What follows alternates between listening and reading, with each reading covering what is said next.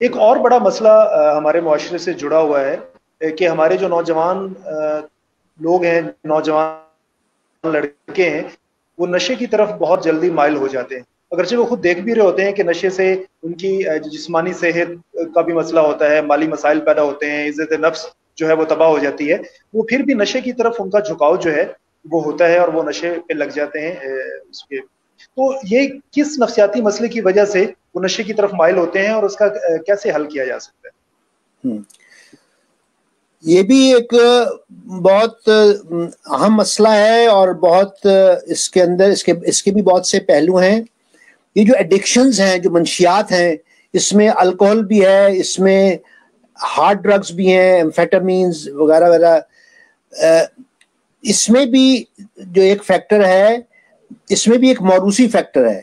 جو ویسٹ میں، کینیڈا میں، امریکہ میں جو ریسرچ ہوئی ہے کہ بہت لوگ جو الکوہولکس تھے ان کے بچوں میں بھی وہ جینز آئی ہیں، جو ڈرگز ایڈکشنز تھیں وہ بھی اس کا ایفیکٹ ہوا ہے۔ تو ایک یہ ہمیں دیکھنا ہے کہ اس کی فیملی میں، ماں باپ میں تو اس طرح کے اثرات نہیں ہیں۔ دوسری بات یہ ہے کہ وہ نوجوان جو زندگی کے مسائل کو حقیقت پسندانہ طور پہ حل نہیں کر سکتے، وہ فرسٹریٹڈ ہیں، تو وہ ایک الٹرنیٹو، مطلب ہے یہ جو نشہ کی جو حالت ہے وہ آپ ایک دوسری دنیا میں چلے جاتے ہیں۔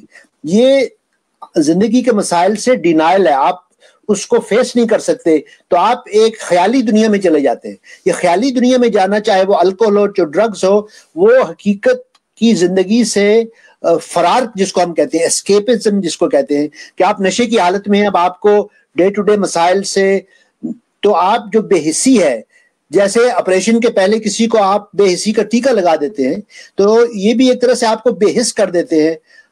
وقتی طور پہ لگتا ہے کہ جی مسئلہ حل ہو گیا، لیکن وہ مسئلہ حل نہیں ہوتا۔ آپ مسئلے سے فرار حاصل کرتے ہیں، اسکیپ کرتے ہیں، آپ ڈینائی کرتے ہیں، اور جب آپ ہوش میں آتے ہیں، اس بے ہوشی سے ہوش میں آتے ہیں، تو وہ مسئلہ موجود ہوتا ہے، بلکہ زیادہ موجود ہوتا ہے۔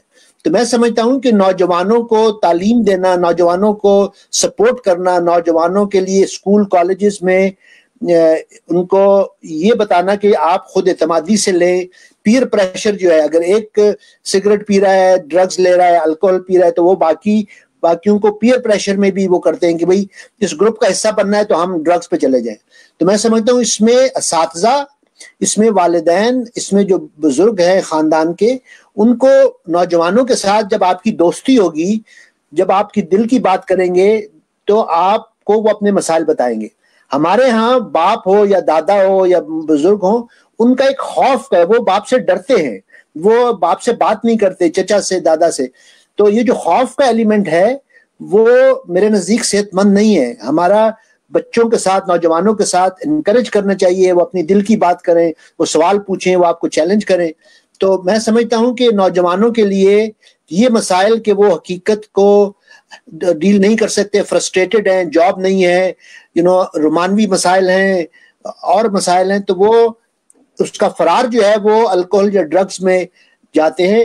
تو اس کا یہی ہے کہ ہم ان کے ساتھ مسائل کو حقیقت پسندانہ طور پہ ڈسکس کریں، اس کا حل تلاش کریں، ان کی خود اعتمادی کو بڑھاوا دیں، پیئر پریشر کم ہو۔ تو یہ تمام فیکٹرز مل کر جو ہے وہ نوجوانوں کی مدد ہو سکتی ہے۔ شکریہ۔ جی ڈاکٹر صاحب، جس طرح آپ نے فرمایا کہ نوجوان جو ہیں وہ جب بھی ان کے سامنے کوئی مسئلہ آتا ہے تو وہ اس سے اسکیپ کرتے ہیں، اس سے